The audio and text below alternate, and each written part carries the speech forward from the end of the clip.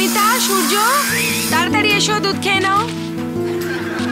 আরে তুমি কোথায় যাচ্ছ? আরে সেই পেশেন্ট কল। আজ সানডে, আজকেও একসাথে লাঞ্চ করবে না? রঞ্জনা, শরীর খারাপ স্যাটারডে বা সানডে দেখে তো আর হবে না। হ্যাঁ, যদি তাড়াতাড়ি আসি তাহলে একসঙ্গে খাবো, নইলে বাচ্চাদের সাথে খেয়ে নিও। বাই বাই সোনা, আমি এলাম, মাকে একদম বিরক্ত করবে না। Bye bye bye.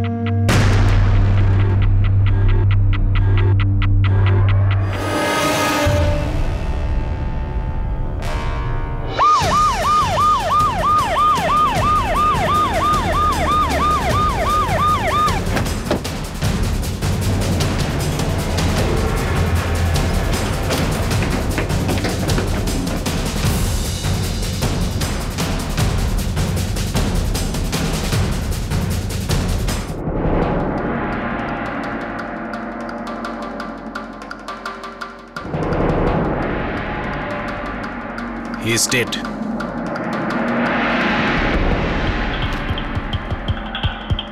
যেমন কর্ম তেমন ফল।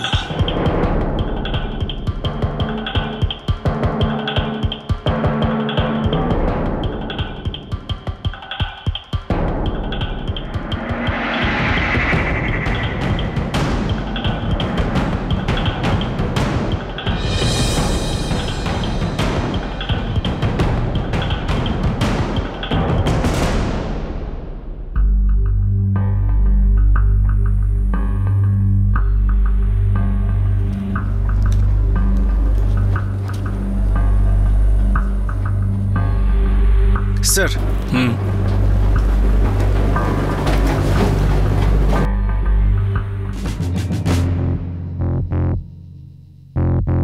স্যার, কামরুদ্দিন প্রথম বডিটা দেখেছিল। হ্যাঁ স্যার, আমি 207-এর অর্ডার নিয়ে যাচ্ছিলাম, তখনই দেখলাম যে এই রুমের দরজা খোলা আছে। আমার মনে হলো কোনো গড়বড় আছে, এখানে আসলাম তো এটা দেখলাম স্যার। বিকাশ সাহায়, এ তো লখনৌতেই থাকে। চেক ইন কখন করেছিল? স্যার, দুপুর প্রায় 12টার সময়। একলা নাকি কেউ সঙ্গে ছিল? স্যার, অ্যাকচুয়ালি বিকাশ সাহায় 4 ঘন্টার জন্য রুম বুক করেছিল। মেয়ে ছেলে চক্কর নাকি? স্যার, বিকাশ সাহায় আমাদের রেগুলার কাস্টমার। এ কি নিজের নামে রুম বুক করতো? হ্যাঁ স্যার। আর প্রত্যেকবারই মেয়ে ছেলে নিয়ে আসতো? হ্যাঁ স্যার। একই মেয়ে? না স্যার, আলাদা আলাদা মেয়ে। আজ কে ছিল সাথে? সেটা তো জানি না, আর তাছাড়া গেস্টের পার্সোনাল ব্যাপার নিয়ে আমরা মাথা ঘামাই না। কিন্তু হ্যাঁ স্যার, আশিস যে হাউসকিপিংয়ে আছে সে কামরুদ্দিনের বডিটা দেখার মোটামুটি 10 মিনিট আগে একটি মেয়েকে এখান থেকে বেরিয়ে যেতে দেখেছিল। স্যার, আমি 209-তে সাফ করছিলাম, ঝাড়ু নিতে বাইরে বেরিয়ে দেখি একটা মেয়ে 203 থেকে বেরিয়ে যাচ্ছে।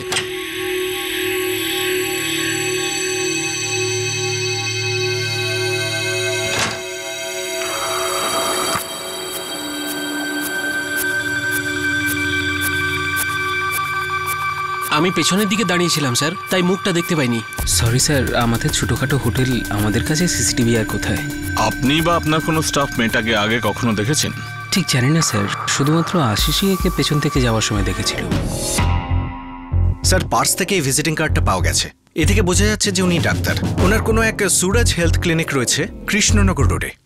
আর কিছু জানা যায়নি স্যার। ও হ্যাঁ, এই নাম্বারে ফোন করেছি স্যার, ফোন বন্ধ। ওই মেয়েটার সঙ্গে রিলেটেড কিছু পেয়েছো? না স্যার, পুরো রুম সার্চ করেছি।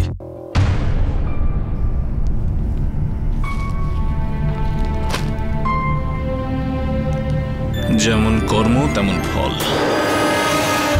মনে হচ্ছে কোনো বদলার মামলা। রাজীব স্যার, বডি পোস্টমর্টমে নিয়ে যাও। ডক্টর বিকাশ সাহাই 12:15 নাগাদ বাড়ি থেকে বেরিয়েছিল, আর 1.5 ঘন্টা পর তার লাশ একটা হোটেলের ঘরে পড়ে থাকতে দেখা যায়। এটা তো প্রমাণ হয়ে গিয়েছিল যে সে সেখানে কেন গিয়েছিল, কিন্তু সেখানে সে কার সাথে ছিল এটাই ছিল রহস্য। স্বাভাবিকভাবেই তার স্ত্রী রঞ্জনার স্বামীর মৃত্যু সংবাদ শোনার পর গভীর ধাক্কা লেগেছিল, কিন্তু এটা যেন সে কম শোক পায়নি যে তার স্বামী পেশেন্টের সঙ্গে দেখা করতে যাচ্ছি বলে হোটেলের ঘরে কেন গিয়েছিল।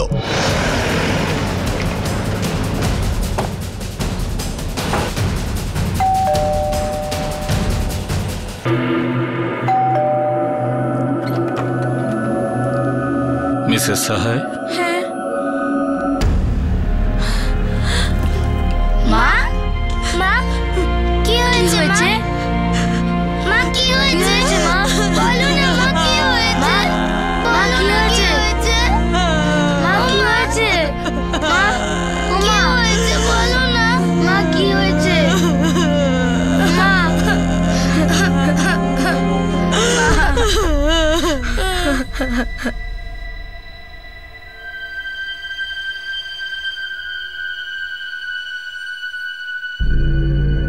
ওনার বডি এখন পোস্টমর্টমের জন্য হাসপাতালে পাঠানো হয়েছে। আপনারা আমাকে কেন মিথ্যে বলছেন? আমার স্বামী একটা পেশেন্ট দেখতে গিয়েছিল।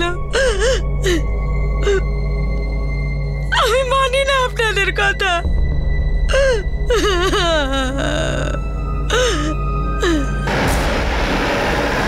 ঠিক আছে স্যার, কনস্টেবল ডক্টর বিকাশের ক্লিনিকে গিয়েছিল, কিন্তু সানডে বলে বন্ধ থাকায় ওনার কম্পাউন্ডারকে ডাকা হয়েছে। ডক্টর সাহায়ের স্ত্রীর ওনার বাইরের অ্যাফেয়ার সম্বন্ধে কিছুই জানা নেই। উনি একদমই জানেন না যে হোটেলে মেয়েদেরকে ও নিয়ে যেত। দুটো লাইফ লিড করছিলেন। মনে হয় ছুরি দিয়ে গলা কাটা হয়েছে, খুব নৃশংসভাবে খুন করা হয়েছে। আমরা ওখানে সেম ব্র্যান্ডের দুটো মদের বোতল পেয়েছি। একে আগে অজ্ঞান করা হয়েছিল। এর রক্তে অ্যালকোহল আর ঘুমের ওষুধের নমুনা পাওয়া গেছে। এই বোতলটায় হাতই দেওয়া হয়নি। এই বোতলটা আমি টেবিলের নিচ থেকে পেয়েছিলাম। মনে হচ্ছিল যেন কেউ এটা লুকিয়ে রেখেছিল।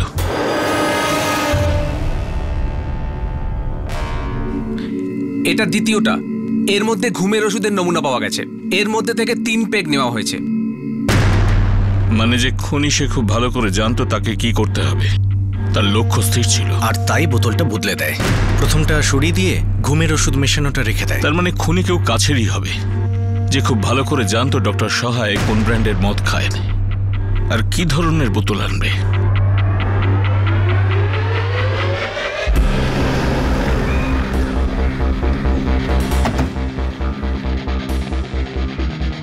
স্যার, এই ব্যাপারে আমি কিছুই জানি না। ডক্টর সাহায় প্রায় হোটেলে যেতেন আর প্রত্যেকবারই কোনো না কোনো মেয়েকে নিয়ে যেতেন। কিন্তু স্যার, আমার মনে হয় না যে এটা সত্যি। ডাক্তারবাবু খুবই ভদ্রলোক ছিলেন।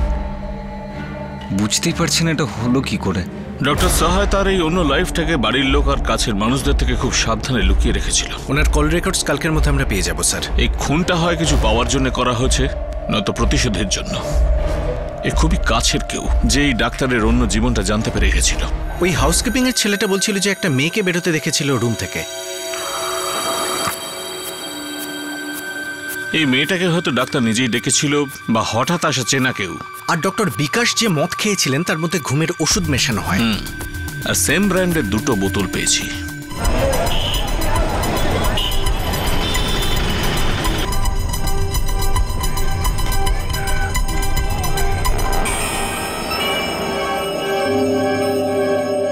$25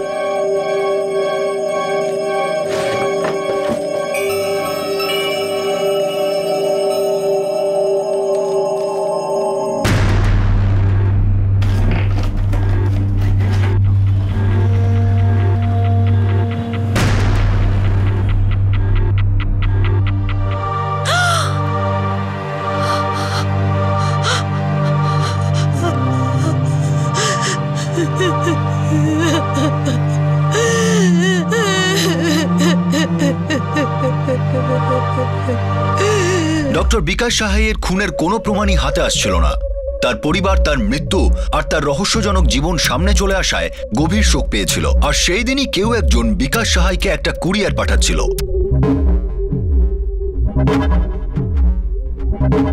মুশকিল আছে, এটা তো খবরের কাগজ কেটে বানানো হয়েছে। কিন্তু হোটেলের রুমে আমরা তো এরকম কোনো খবরের কাগজ পাইনি। মানে খুনি একেবারে প্রস্তুত হয়েই এসেছিল। স্যার, ডক্টর বিকাশের ফোন লোকেশন লাস্ট নমন হোটেলই দেখাচ্ছে, যেখানে ওনাকে খুন করা হয়। 11:30 থেকে 12টার মধ্যে গতকাল বেরিয়ে হোটেলে পৌঁছানো নেই। ফোনে তো আর কোনো লোকেশন দেখাচ্ছে না। মানে দেখা করাটা আগে থেকেই তৈরি ছিল। ফোন রেকর্ড কি বলছে? ওনার ফোনে লাস্ট যে কলটা আসে সেটা কোনো এক জগদীশের। ফোন করো। না, উঠিয়ে নাও।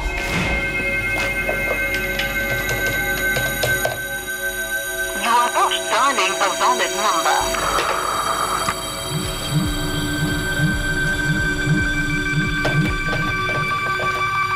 Please check the number you have dialed.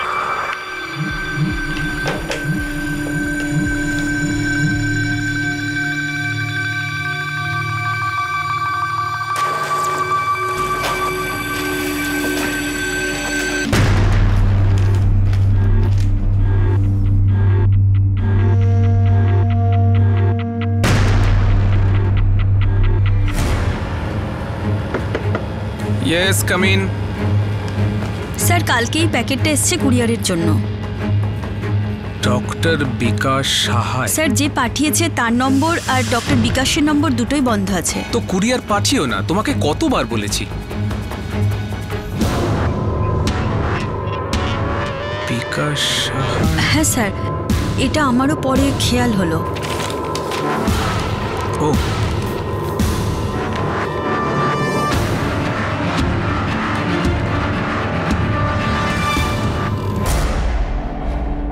Sir আমি ডাক্তার সাহায়ের পেশেন্ট। আমার জ্বর তো কমার নামই নিচ্ছিল না। ভাবলাম ডাক্তারবাবুকে ফোন করে জিজ্ঞেস করে নিই ওষুধটা বদলাবো নাকি না ওটাই চলবে। জগদীশ, একটু টাইম লাগবে। তুমি একটা কাজ করো, ওই ওষুধটাই চলুক। যদি ঠিক না লাগে তাহলে কালকে আমার ক্লিনিকে চলে আসবে। ব্যাস স্যার, এইটুকুই কথা হয়েছিল। ইনফ্যাক্ট আমি নিজেই খুব শকড। ডক্টর সাহায় খুব ভালো লোক ছিলেন।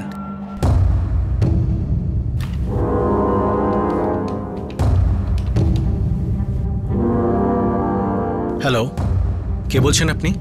রেখা, আপনি কি বলছেন? প্লিজ আপনারা আমাকে এর মধ্যে জড়াবেন না। আমি ছিলাম না ওখানে। দেখুন, আমি একজন সংসারী মহিলা, আর সেদিন আমি বাড়িতেই ছিলাম। হ্যাঁ, আমি লতা বলছি,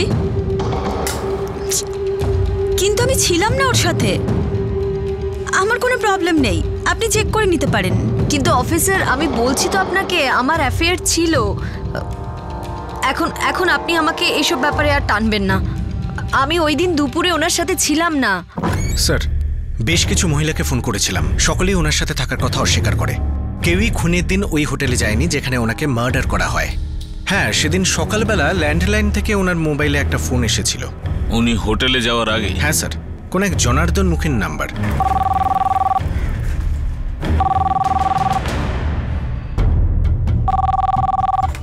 হ্যালো, পিএসআই রাজীব কুমার বলছি। জনার্দন মুখীর সাথে কথা হতে পারে? হ্যাঁ, আমি জনার্দন মুখী বলছি, বলুন। আচ্ছা, আপনি ডক্টর বিকাশকে চেনেন? হ্যাঁ, আমি ওনাকে খুব ভালো চিনি। খুব ভালো ডাক্তার উনি। আপনি কি জানেন যে ডক্টর বিকাশকে মার্ডার করা হয়েছে? না স্যার, এই ব্যাপারটা তো আমার জানা নেই স্যার। কিন্তু আপনি এটা আমাকে কেন জিজ্ঞেস করছেন? 28শে জুলাই আপনার ল্যান্ডলাইন থেকে ওনার নাম্বারে একটা ফোন আসে, আর দুপুর 2টোর সময় ওনার লাশ হোটেলের রুমে পাওয়া যায়। আপনি ফোন কেন করেছিলেন? স্যার, আমি তো কোনো ফোন করিনি ওনাকে। কিন্তু আপনার নাম্বার থেকেই কল গেছে, আর এর আগেও বহুবার আপনার নাম্বার থেকে কল করা হয়েছে। স্যার, এই ব্যাপারে তো আমি কিছু জানি না। স্যার, এই জনার্দন মুখী 65 বছরের রিটায়ার্ড পার্সন। উনি তো এই মার্ডারের ব্যাপারে কিছুই জানেন না। এটাই কি এই খুনের সূত্র? যেমন কর্ম তেমন ফল। খুবই পার্সোনাল মনে হচ্ছে। ব্যক্তিগত রাগ?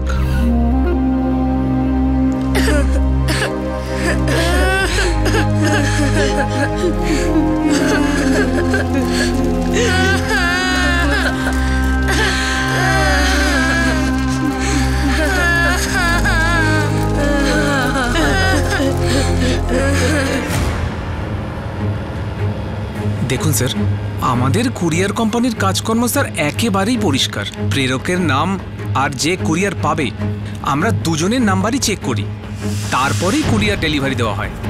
আমরা শুনেছি কি কুরিয়ারের মাধ্যমে কিছু বিপজ্জনক জিনিসও পাঠানো হয়, আর এটাতে আমার কিছু গোলমাল লেগেছে, কারণ এর দুটো নাম্বারই বন্ধ পাচ্ছি। আর সকালেই আমরা খবরের কাগজে ডাক্তার বিকাশ সাহায়ের মার্ডারের খবরটা পড়েছি।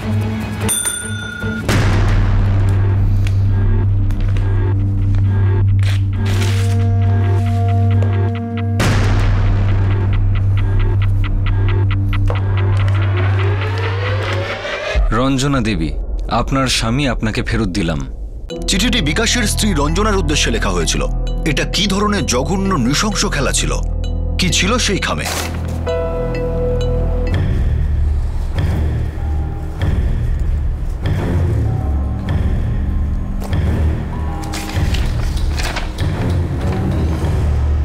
রঞ্জনা দেবী, আপনার স্বামী আপনাকে ফেরত দিলাম।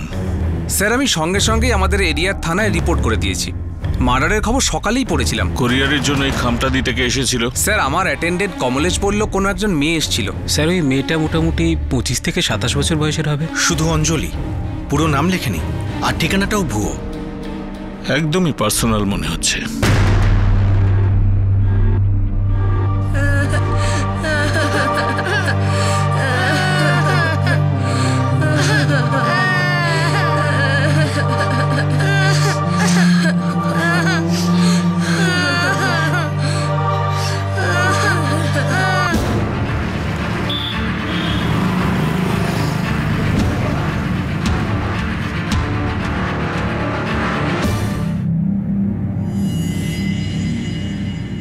আমি জানি না, আমি মানি না যে ওনার অন্য কারোর সাথে অবৈধ সম্পর্ক থাকতে পারে। দেখুন রঞ্জনা দেবী, এটাই কিন্তু সত্য। এই তিক্ত সত্যটাকে কিন্তু আপনাকে একদিন মানতেই হবে। এই সত্যটাই আমাদের সামনে এসেছে। আপনার হাজবেন্ড খুন হয়েছে, ওনার বডি হোটেলের ঘরে পাওয়া গেছে। যখন উনি বলে বেরিয়েছিলেন যে উনি পেশেন্ট দেখতে যাচ্ছেন, এখনো পর্যন্ত আমাদের এটাই মনে হচ্ছে ওনার খুন কোনো মহিলাই করেছে, বিশেষ করে কোনো পুরনো বদলা নেওয়ার জন্য। আমি সত্যি জানি না।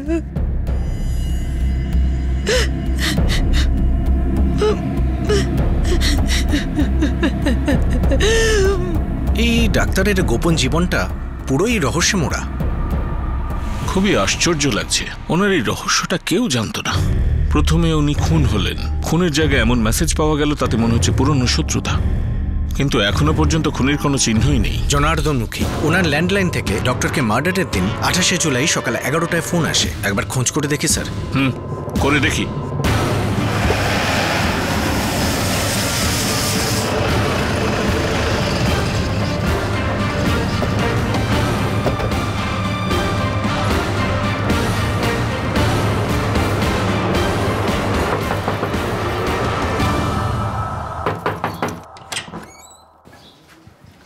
বলুন স্যার, এই ব্যাপারে তো সাহেবের সঙ্গে আমার কথা হয়েছে। জানি আমি, কোনো তো কারণ আছে। কেউ তো এমন আছে যে এই বাড়ি থেকে ডক্টর সহায়কে ফোন করেছিল। আমাদের বাড়ি থেকে ডাক্তারবাবুকে কেন ফোন করবে?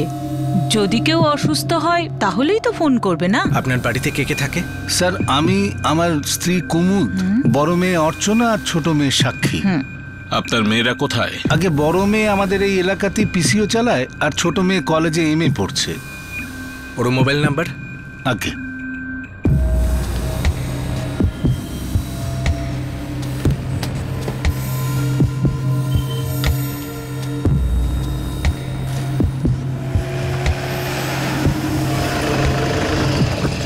আগে আমি তো ডক্টর বিকাশকে কোনো ফোন করিনি। ওনাকে চেনো তো তুমি? হ্যাঁ হ্যাঁ নিশ্চয়ই চিনি তো, এমনকি উনি আমার বাড়িতেও এসেছিলেন এই 6 বছর আগে। আমি তখন অসুস্থ ছিলাম। উনি খুব ভালো মানুষ। যখন উনি জানতে পারলেন যে আমরা গরিব, তখন আমাদের থেকে ফিজও নেননি।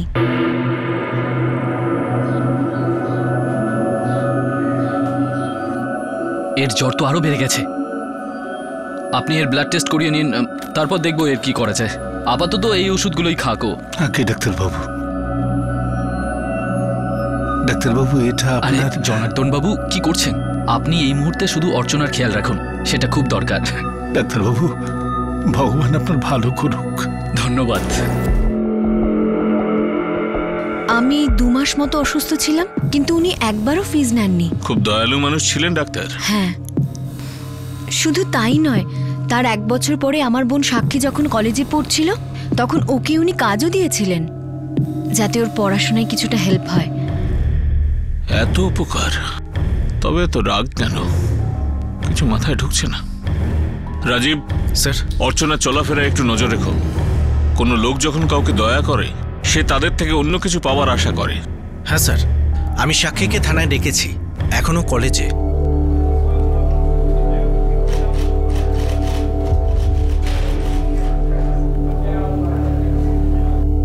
সাকিব, এখন তুমি ডক্টর সহায়ের সঙ্গে কাজ করছিলে না? আগে না স্যার, 2 বছর হলো কাজ ছেড়ে দিয়েছি। গ্র্যাজুয়েশনের পর এমএ করতে শুরু করলাম, তো পড়ার এত চাপ ছিল, সময় পেতাম না। ডক্টর সহায়ের বডি একটা হোটেলের রুমে পাওয়া গেছে। এমনই একটা হোটেল যেখানে উনি ভিন্ন ভিন্ন মেয়ের সঙ্গে প্রায়ই যেতেন। ওনার এই লাইফের ব্যাপারে ওনার বাড়ির কেউ কিছু জানতো না। সাকিব, তুমি তো ডক্টর সহায়ের সঙ্গে 3 বছর কাজ করেছিলে। ওই 3 বছরে ডক্টর সহায়ের এই লাইফটার ব্যাপারে কিছু জানো না? একদম না স্যার। ডক্টর সহায় তোমার বোনের বিনা পয়সায় চিকিৎসা করেছিল, তোমায়ও কাজ দিয়েছিল, বিশেষ করে তোমার এডুকেশনের সময় যখন সাপোর্ট দরকার ছিল। এইসব উপকারের বদলে ডক্টর সহায় তোমার কাছে কিছুই চাননি? আগে না স্যার, একদমই না। স্যার, আমি এখানে 6 বছর ধরে কাজ করি। সাক্ষী এখানে আগে কাজ করতো, আমি ওকে ভালো করেই চিনি স্যার। আর ওর বোন অর্চনা? আগে ও অনেকবার ডাক্তারবাবুকে দেখাতে এসেছিল। স্যার, রবিবার সকাল 11টায় আমরা বাড়িতেই ছিলাম। ছোট মেয়ে সাক্ষীর কলেজ বন্ধ ছিল, আর বড় মেয়ে অর্চনা সন্ধেবেলায় দোকান খোলে। ওই দিন ওই একই সময়ে আপনার বাড়ি থেকে ফোন যায় ডক্টরের কাছে, কিন্তু আপনার বাড়ির প্রত্যেকেই ব্যাপারটা অস্বীকার করছেন। জনার্দন বাবু, রহস্য তো একটা আছে। স্যার, কোনো গন্ডগোল নিশ্চয়ই আছে। স্যার, আমরা গরিব লোক, নিজের কাজ নিয়েই ব্যস্ত থাকি, আর এভাবেই আমাদের সংসার চলে। আর এইসব করে আমরা কেন নিজেদের বিপদ ডেকে আনবো স্যার? নিশ্চয়ই কোনো ভুল বোঝাবুঝি আছে। স্যার, এটা পরিষ্কার যে জনার্দন বাবুর বাড়ি থেকেই ফোনটা গিয়েছিল। অর্চনার সাক্ষীর ফোন রেকর্ড কি বলছে? ওদের ফোন রেকর্ডস ঘটনার দিন হোটেলের আশেপাশে লোকেশন দেখাচ্ছে না। মনে হচ্ছে এটা একটা অজানা গভীর রহস্য। এর সম্বন্ধ ডক্টর সহায়ের এমন কিছু ভুলভাল কাজের সঙ্গে যুক্ত। যেমন কর্ম তেমন ফল। রঞ্জনা দেবী, আপনার স্বামী আপনাকে ফেরত দিলাম, এমন কেউ আছে যে নিজের রাগ মিটিয়েছে, আর সেটা সে প্রকাশও করেছে। হয়তো সে নিজের হাতেই কাজটা করেছে, কিংবা কাউকে দিয়ে করিয়েছে।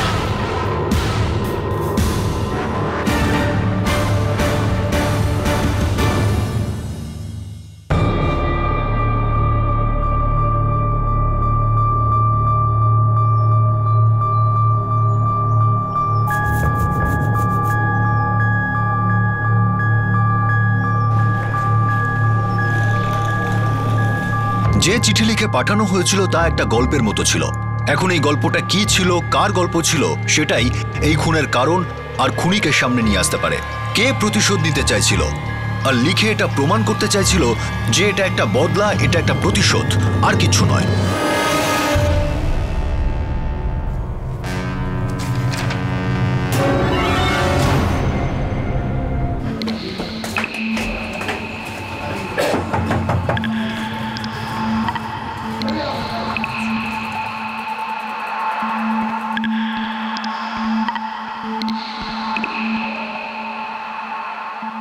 সাক্ষী মা? হ্যাঁ বাবা। তুমি কোথাও যাচ্ছ নাকি মা? দিল্লি যাচ্ছি। কিন্তু হঠাৎ? আসলে কলেজের একটা ট্রেনিং এ যাচ্ছি। কিন্তু তুমি আমাকে বলোনি তো মা। বাবা, প্রথমে ভেবেছিলাম যাব না, কিন্তু এখন মনে হচ্ছে যাওয়াটা দরকার। দিদিকে বলেছো? হ্যাঁ, সকালেই বলেছি। ঠিক আছে মা, সাবধানে থেকো মা। ঠিক আছে? হ্যাঁ বাবা। সাহেব, অর্চনা এমনিতে খুব একটা বেশি পড়াশোনা করেনি, কিন্তু যতটুকু করার সেটুকু করার পরে দোকান সামলাতে শুরু করে দিয়েছিল। আর সাক্ষী? সব সাক্ষী একটা কথা লুকিয়েছে আপনার থেকে, কম্পাউন্ডারও লুকিয়েছে, এমনকি ওর যে বাবা জনার্দন মুখী সেও লুকিয়েছে। সবাই লুকিয়েছে, কেউ আপনাকে বলেনি। লুকোনো ব্যাপারটা তুই বলে দে, নাকি তুইও লুকোবি? সব গ্র্যাজুয়েশনের পরে সাক্ষী 1 বছর পড়াশোনা বন্ধ করে দিয়েছিল, 1 বছর ড্রপ করেছিল, তারপরে মাস্টার করেছে। কারণটা কি? সব ড্রাগের নেশা ছিল ওর। 1 বছর ধরেও চিকিৎসা চলেছে, অনেক কষ্টে 1 বছরেও এই নেশাটা কেটেছে। এর সঙ্গে ডাক্তারের কি সম্পর্ক? সব এটা খুব ব্যক্তিগত, ঠিক জানি না, তবে কিছু একটা আছে।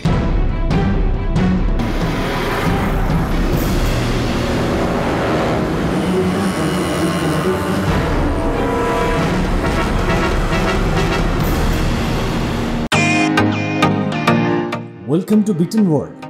How may I assist you? নতুন ফ্ল্যাটের জন্য একটা স্ট্যান্ড ফ্যান আর কুলার নেব। এই পচা গরম থেকে একটু স্বস্তি চাই। বাজার চলতে সব ব্র্যান্ড তো আর ভরসাযোগ্য নয়। তার জন্য তো আমাদের ফ্যান আছে, all purpose bullet table fan, ceiling fan. আমাদের সিলিং ফ্যান কিন্তু 30 মাসের ওয়ারেন্টি সহ পাওয়া যায়। আছে ফারাটা 2 বছরের ওয়ারেন্টি, 17 থেকে 20 মিটার এয়ার ফ্লো, মধ্যবিত্তের সাধ্যের মধ্যে একমাত্র ভরসাযোগ্য ব্র্যান্ড বিটেন। আমাদের কুলারের কিন্তু অনেক range, 45 litres, 50 litres, 70 litres, 90 litres, 110 litres. Honeycomb সহযোগে বিটেনের সব কুলারের ওয়ারেন্টি 1 বছর। চেনা হাওয়ায় অচেনা অনুভূতির জন্য একমাত্র আদর্শ বিটেন। গরমে স্বস্তি পেতে বিটেনের ফ্যান হোক বা কুলার আজই আনুন বাড়িতে। Beaten, digitally yours.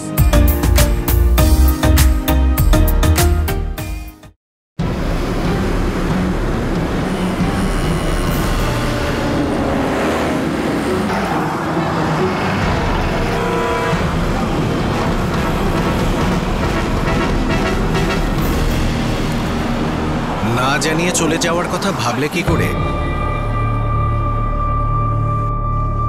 সাক্ষী, তোমার দিল্লিতে কোনো প্রোগ্রাম নেই আর তুমি দিল্লি যাচ্ছও না। পরিষ্কার ব্যাপার যে তুমি পালাচ্ছ। তোমার ডক্টর শাহের মার্ডারের সঙ্গে কোনো সম্পর্ক আছে?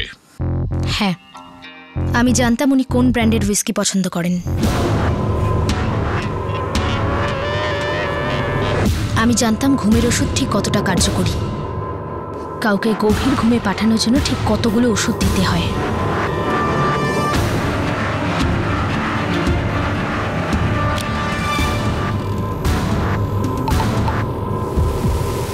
তিন বছর ধরে ডাক্তারবাবুর ক্লিনিকে কাজ করেছি আমি। মেডিসিনের ব্যাপারে এইটুকু জ্ঞান তো হয়েই গেছিল আমার। হ্যাঁ, আমি ডাক্তারবাবুকে আমার বাড়ি থেকে 28শে জুলাই সকাল 11টার সময় ফোন করেছিলাম।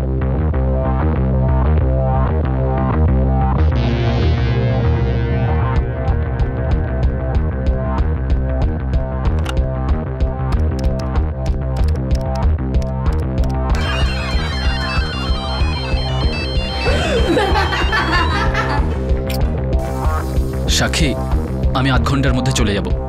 তুমি হোটেলে পৌঁছো, আমি ডিরেক্টলি ওখানেই পৌঁছে যাব।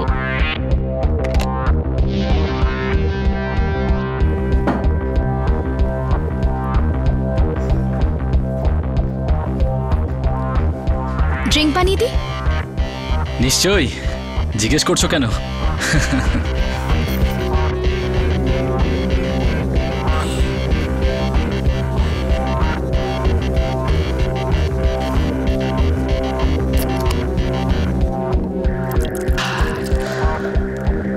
একটা কথা জিজ্ঞেস করবো আমি? বলো। এমন কি হয়ে গেল যে তুমি আবার আমার কাছে চলে এলে? আশারই ছিল, আসতেই হলো। Thank you sweet heart.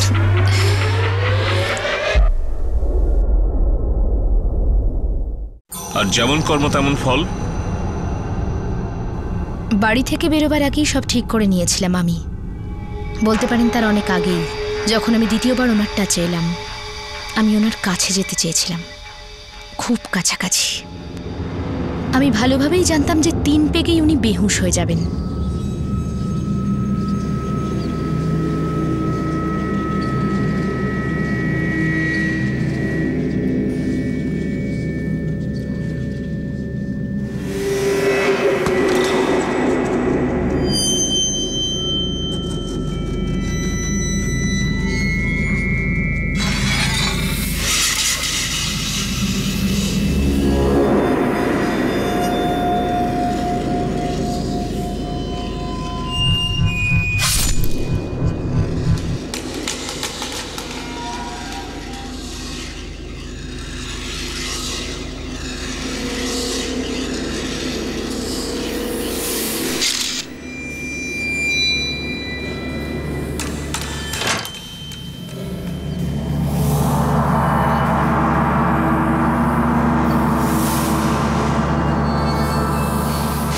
তারপর কুরিয়ার করতে গেছিলে?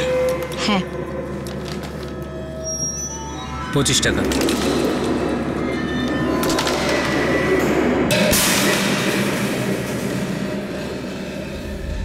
স্বভাবতই এর সঙ্গে পুরনো কোনো ঘটনার যোগ আছে।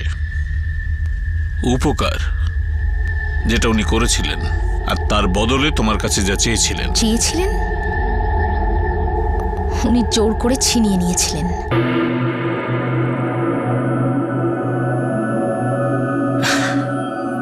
এখন আর চিন্তা করার কোনো কারণ নেই, ও খুব তাড়াতাড়ি ঠিক হয়ে যাবে। আপনার উপকার ভুলবো না ডাক্তারবাবু। এমন কোনো ব্যাপার না, এটা তো আমার কাজ।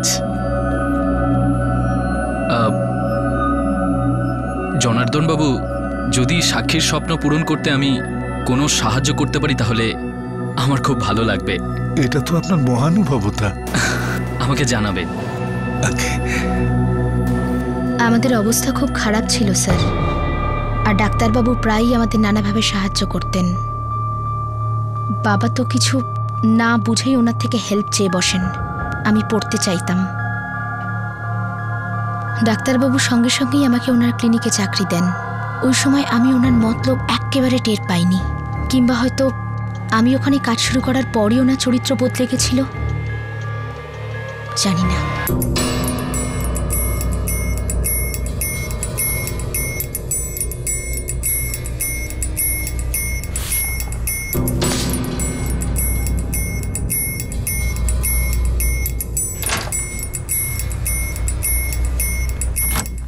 Good morning sir. Good morning সাক্ষী।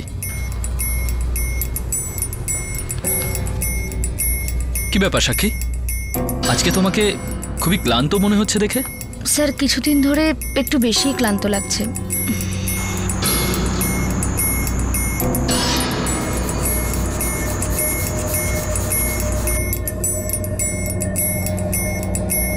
মনে হয় তোমার ভিটামিন ডেফিসিয়েন্সি আছে, কিন্তু চিন্তা করার কোনো কারণ নেই। আমি তোমাকে ওষুধ দিয়ে দিচ্ছি, ঠিক হয়ে যাবে।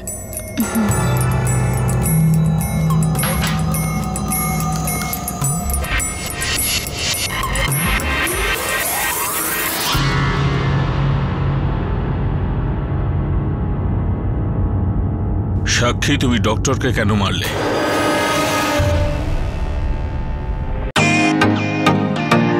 Welcome to Beaton world, how may I assist you? নতুন ফ্ল্যাটের জন্য একটা স্ট্যান্ড ফ্যান আর কুলার নেব। এই পচা গরম থেকে একটু স্বস্তি চাই।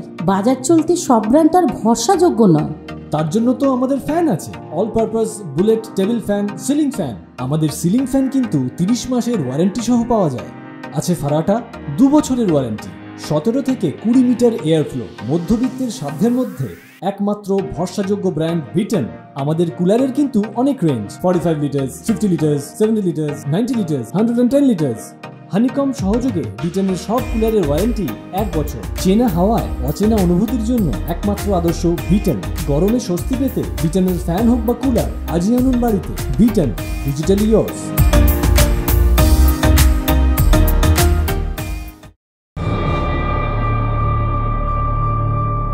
সাক্ষী, তুমি ডক্টরকে কেন মারলে?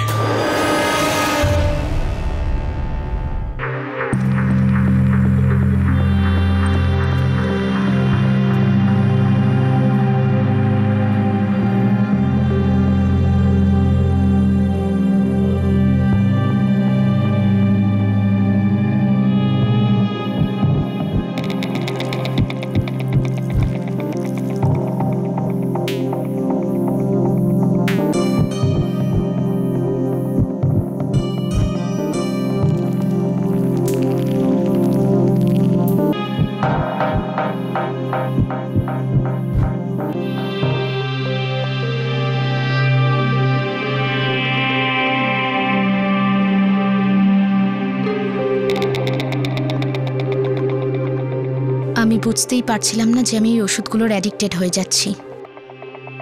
উনি না জানি কোন কোন নেশার ওষুধের ইঞ্জেকশন দিয়ে যাচ্ছিলেন আমাকে। আমি ক্রমশই অ্যাডিক্টেড হয়ে যাচ্ছিলাম।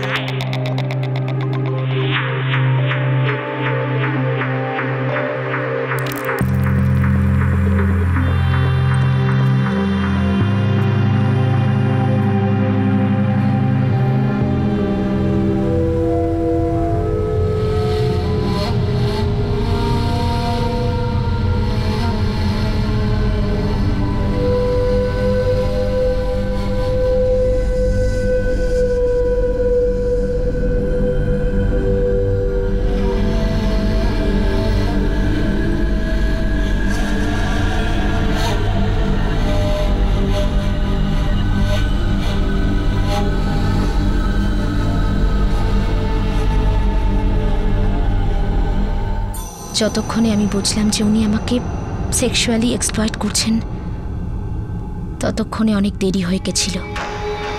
উনি তো নির্লজ্জভাবে আমাকে সেটা বলেওছেন। তুমি কখনো এসব তোমার বাবা মাকে বলনি? আগে না, সেক্সুয়াল এক্সপ্লয়টেশনের ব্যাপারে ওনারা কিছু জানেন না, কিন্তু ওনারা আমার অ্যাডিকশনের ব্যাপারটা জানতেন। আমায় ডি অ্যাডিকশন করাতে হলো, যার জন্য আমার 1টা বছর নষ্ট হয়েছে। তুমি তো এই ব্যাপারে কারোর সঙ্গে কথা বলতে পারতে, নিজের দিদিকে বলতে পারতে, কমপ্লেন করতে পারতে। আমার মনে হয় না সেটা করে কোনো লাভ হতো। উনি একজন সম্মানীয় ব্যক্তি, একটা ডাবল লাইফ লিড করছিলেন, যার ব্যাপারে কেউ কিচ্ছু জানতো না। আমি অপেক্ষা করছিলাম যখন উনি আমার ফাঁদে পড়বেন, একটা এমন সিচুয়েশন যখন উনি দুর্বল থাকবেন আর আমি প্রতিশোধ নিতে পারবো।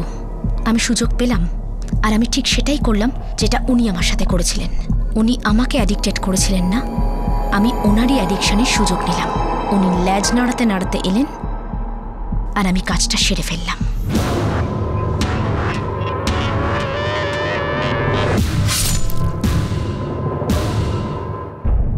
যদি মেনেও নেই যে তুমি যা বলছো ঠিকই বলছো, ডক্টর সহায় তোমার সঙ্গে যা করেছিল সেটা ভুল ছিল, সত্যি অন্যায় ছিল, কিন্তু তুমি রিপোর্ট করতে পারতে, আইন তোমায় সাহায্য করত।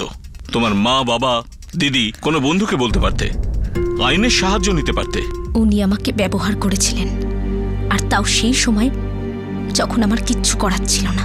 উনি একজন সম্মানীয় প্রভাবশালী ব্যক্তি ছিলেন, কেউ আমার কথা কেন বিশ্বাস করত?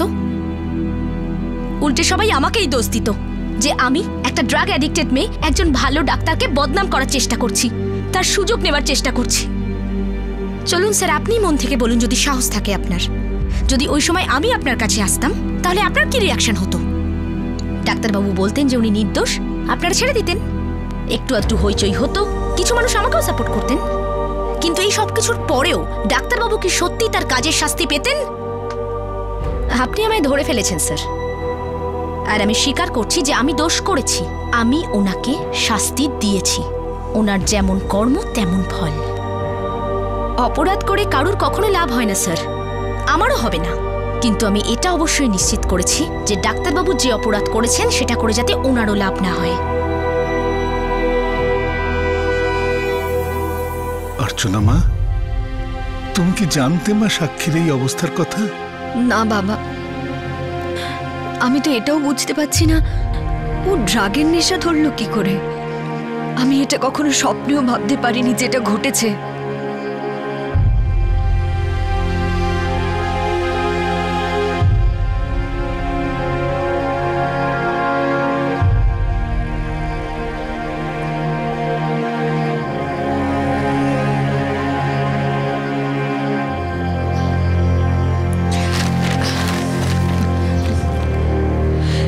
এসব সত্যি নয় বাবা, লোকে যাই বলুক না কেন, কিন্তু এইসব মিথ্যে, মিথ্যে বাবা।